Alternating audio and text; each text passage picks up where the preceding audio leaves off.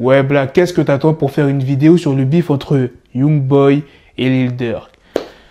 Vous étiez nombreux à me demander cette vidéo, donc je vais le faire les gars. Je vais aussi vous expliquer ce qu'un fan de Youngboy a fait dernièrement.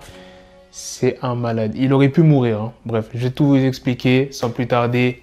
Let's go pour les news. Mercredi dernier, Youngboy a sorti un morceau qui s'appelle Bring the Hook. Ce morceau, il est dans son dernier projet qui, je le rappelle, est sorti vendredi dernier. Et dans ce morceau-là, il se moque de King Von. Il dit, négro, c'est Squid Game, le pack de O-Block se fait rouler. Il nous parlait de meurtre. Le Boog s'est fait fumer à Atlanta. Et qui s'est fait tuer à Atlanta, les gars? C'est King Von. Lil Durk a réagi sur Insta. Bon, il a pas mis le blast de Youngboy, mais on sait clairement qu'il parle de lui. On le voit avec Delias et un cadre de King Von. Et en légende, il dit, ne le réclame pas. Si tu ne le fais pas, tu restes une salope. Il y a Lil Riz qui a réagi à un post d'Academics. Il n'y a pas de démon ici. Il rappe juste comme les autres. Il y a aussi un Eli Chopa qui a réagi au post d'Academics, mais je me rappelle plus trop de ce qu'il a dit. L'histoire ne s'arrête pas là. Il y a un artiste d'OTF qui a réagi au disque de Youngboy. C'est Shoesbox Baby. Le titre du morceau, c'est 4K Troll. Dans l'intro, je vous ai parlé d'un fan de Youngboy qui aurait pu mourir dernièrement. En fait, ce fan, qu'est-ce qu'il a fait?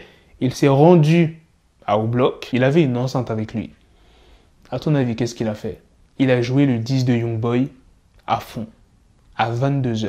Je ne pourrais pas vous mettre le son à cause des copyrights, mais le mec, juste pour ça, les gars, il aurait pu se faire fumer. C'est des gens d'internet qui l'ont mis au défi. Il aurait jamais dû faire ça parce que là, on connaît son visage. Ok, il a rien eu quand il s'est baladé au bloc, mais qui dit qu'il va pas se faire tirer dessus dans les prochains jours?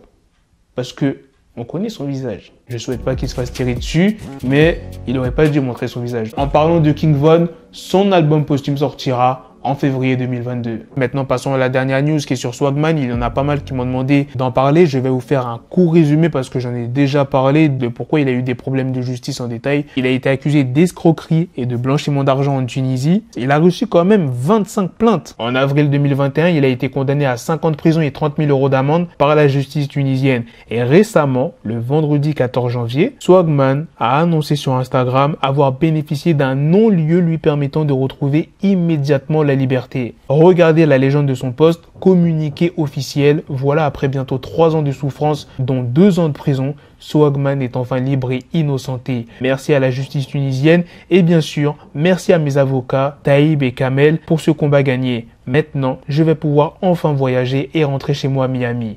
Love you. Voilà les gars, c'est la fin de cette news sur Swagman, c'est aussi la fin de cette vidéo. Dites-moi dans les commentaires qu'est-ce que vous en pensez de toutes les news que je vous ai présentées, surtout les news principales. Dites-moi dans les commentaires si vous êtes plus du côté 4K Troll ou OTF. Sur ce, on se donne rendez-vous très prochainement pour d'autres vidéos news. Prenez soin de vous la famille. Peace.